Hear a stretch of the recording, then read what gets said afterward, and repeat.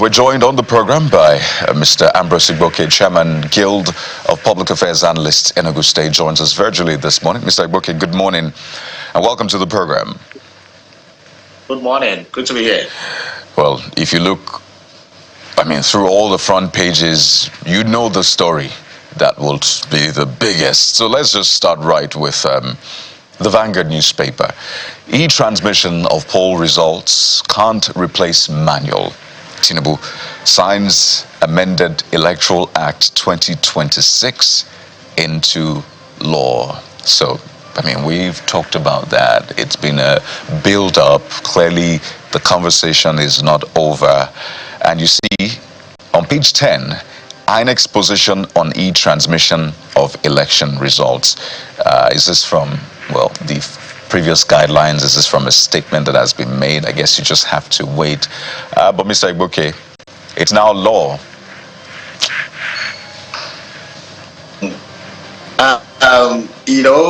While you and Jeffrey were talking, I was just saying that, systems, digital systems don't run themselves.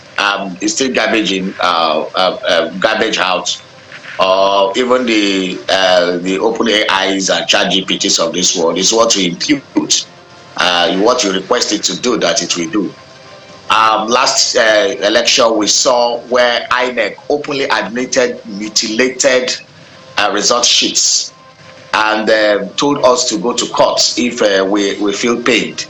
I was hoping to see a law that will make sure that when a paper is mutilated or cancelled or questionable, that such papers would not be admitted even to be counted. But we are seeing all kinds of things. We saw papers, result sheets that were used, correcting fluid were used to wipe out some numbers. We saw some cancelled and new numbers written, all kinds of things, yet they were accepted as, as result sheets. As you rightly observed in the studio earlier, systems are on this, human beings too. So it is the Nigerian system. Our laws, we keep on saying that our constitution is one of the most worded constitutions in the world. Even Britain doesn't have a quarter of the kind of written words we have in our constitution.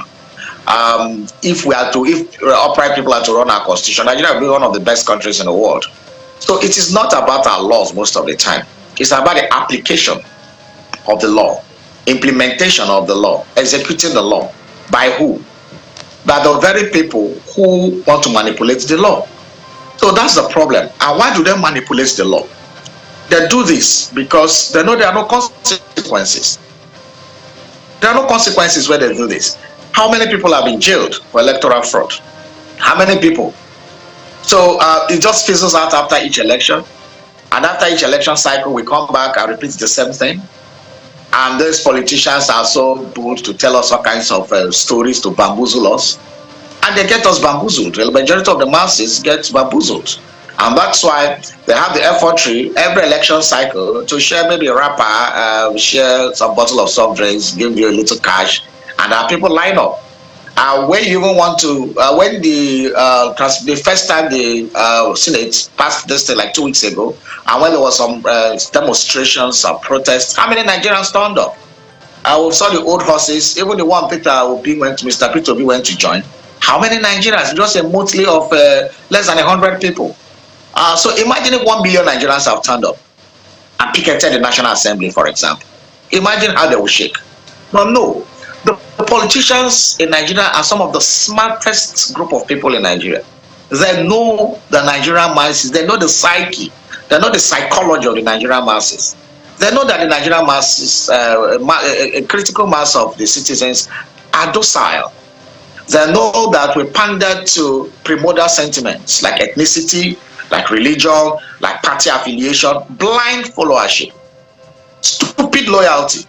They know. And because they know, that is why they have the guts and effrontery to do these things. When I sit down and I hear what is happening to Mr. Starmer, the Prime Minister of Britain, about appointing somebody who knew that politicians will just wake up one day and hand over power and gift them power and authority. It doesn't happen anywhere in the world. Everywhere you see democracy working is because over the years, be it 500 years, be it 1,000 years, be it 200 years ago, people fought for it. And that is why the political leaders are always afraid to manipulate any system, because they know the consequences, because it is people power. But here, we have handed our people power to the rulers. Then we are not even doing anything to checkmate them or to be accountable for them. So we will continue this cycle, election in, election out. This year makes it exactly 27 years of civil rule. Some people have contested that what we will have in Nigeria is civil rule, because democracy is consultative.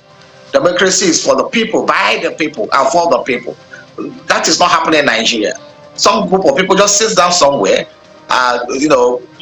treat us as if we don't matter, come out with these things, show me down our truth, and say whether you like it or not, take it. And some people go to where you're having something, people grumble, sit down, complain about one particular politician or public office holder. When they see the public office holder face to face, they will tell him it's the best thing that happened after Agege bread was invented. So these are the problems we have: psychophancy, stupidity, docility, blind loyalty, and that is where we are till tomorrow. And if we don't change as citizens from that, we shall continue being under political subservient. We shall continue to be political slaves in this country, and we don't matter, because we don't want to matter. Mr. Igbokwe, that's why everybody has to keep. I'm trying to get to a particular portion of the Electoral Act, but I'll get to that. But let's go to the Guardian newspaper. The people at the Guardian always doing the yeoman's job. Great job here. 2027 credibility battle shifts to INEC as Tinubu signs amended Electoral Act. Is a page 6 read on the Guardian newspaper.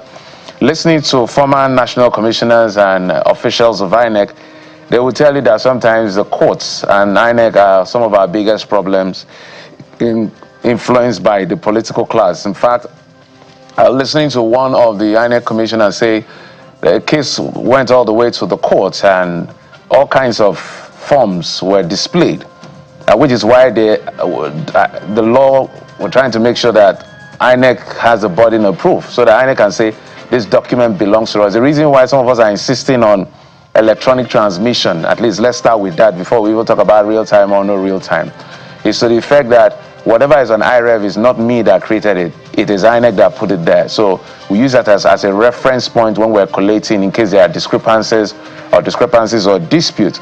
Because they said they went to court, they saw all kinds of documents. INEC said, this is our document. The fraudulent individual said this is their own document, and the court, for whatever reason, sided with them. We've seen, I think in Kogi, where a pre-filled form, pre-filled ECHA was brought in. So these are the things that we're all trying to check, because politicians will always be politicians. Now, I think the penalty for false result is about 10 years in prison. But what do you make of the headline by The Guardian, pushing this credibility battle on INEC and everybody that is the ancillary around them? I think since after June 12th, where we had that famous election, that the electoral body that time, I think it was, I don't know the name it was called that time, I think NEC, headed by the late Professor Fremosu. I don't think that the other electoral bodies have, anything to celebrate about from 1999. And that there's a problem. There's a fundamental problem with this election. First, starting from the appointment of the INEC chairman. I think that is where we all get it wrong. The INEC chairman is basically appointed just like ministers are appointed by the president. So he's an appointee of the president of the Federal Republic. So the ministers are appointed, board members are appointed, ambassadors are appointed, SFG is appointed, chief of staff is appointed. So for me, it's just like a political appointee as well. So who will he, pander to? Of course, he will pander to the person that appointed him. Though it's not supposed to be like that. But he will pander to the person that appointed him. So for me, going forward, we should look for a system where the appointment of the INEC chairman is insulated, and we kind of have a kind of independent body maybe selected from different arms of government, and to ensure that it is an input by a collective body. But a situation where one person, at the pleasure of the Mr. President, an INEC chairman is appointed, then there's a problem. So we don't expect that INEC chairman. Look at the last INEC chairman, or less than just 2 years after the election, he was appointed an ambassador. Some people have said, oh, is it for doing a yeoman's job? It's an ambassador designate today. So who insulates the INEC chairman from partisanship? Some INEC commissioners and national commissioners have been accused of being members of political parties. So we have a long way to go. We are not treating the fundamental. We are just being cosmetic about what these things are. And also, we are treating symptoms instead of treating the root cause of the malaise. We are treating symptoms. So if the president appoints INEC chairman, appoints INEC commissioners, resident electoral commissioners, all those things are appointed by political office holders. Between you and I, guess who they will support? Are they going to side with the people who didn't even have an input in the appointment? Do the Nigerian masses have input in the appointment? Even those who have input in the election, those who are in National Assembly and some of the other people, how are they behaving? They'll talk less of people you don't even have a hand in their appointment. So this cycle of electoral irregularity will continue. Nigeria still have a very long way to go. We are not very ready for effective democracy.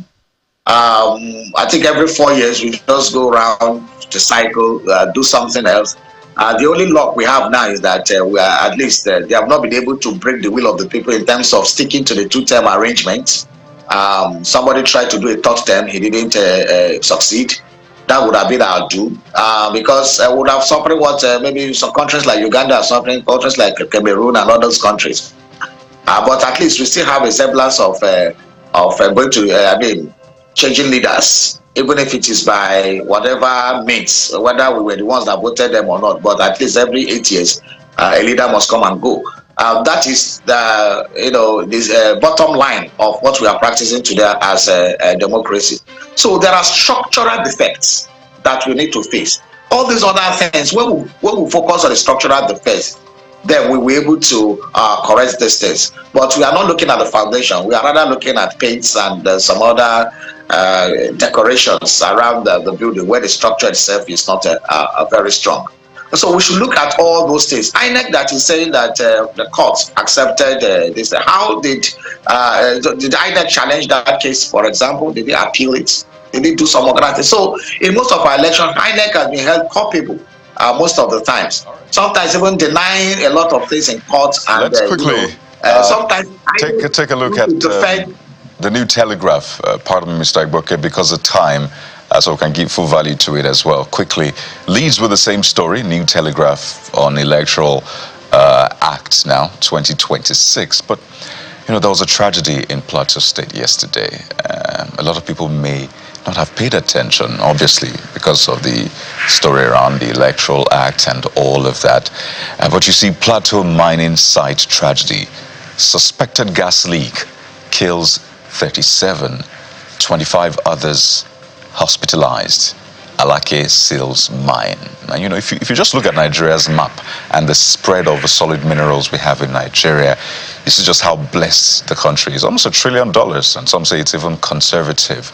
But we've seen time and again that these incidents happen. Some linked to insecurity, this one linked to safety and all of that. Mr. Igbokwe, what do you make of this as we wind down? Well, it's unfortunate and it's a preventable tragedy. Nigeria has, since just recently there was a court judgment on the mines at River Valley. Those people that were massacred in River Valley in the 1940s. The same problem that we have then is still what we are having now. The minister has got to seal the place. Why do we react always in this country?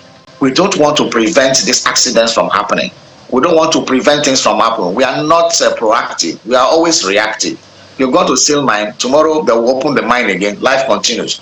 And there have been too much of accidents that because there are no safety measures, these people, some of times that the illegal miners are everywhere. They are not controlled by the government, both at the subnational and the national levels. And so things are just Nigeria. The value of the life of a Nigerian citizen is being tossed around without any kind of value. And that is why people who own those mines will do whatever they want to do. People have died. They will open the mine very soon, and it continues. Every state in this country basically have solid mineral, and you don't want to know how much of this have been plundered by foreign interests who don't have regard for the lives of Nigerians. I think it's not enough to just go and seal this thing. We should come up with a document. We should come up with a policy that is enforceable about safety in our mines and proper compensation for Nigerian citizens working in those mines. There you have it. Incidentally, that's our next talking point on the program this morning, just to ensure that we do not let this slide. We'll be speaking with someone in the know, the position of authority. But Mr. Igbokwe, we have to thank you for always giving your insight on these very important national issues. Thank you. Thank you for having me this morning. We'll take a moment now, and when we return, we'll turn our attention to that tragedy in Plateau State at the mining site where over 30 people were killed. What exactly played out? What are the safety measures to be put in place? How do we protect the mining sector and also the people themselves, more importantly? That's in a moment. Join us again.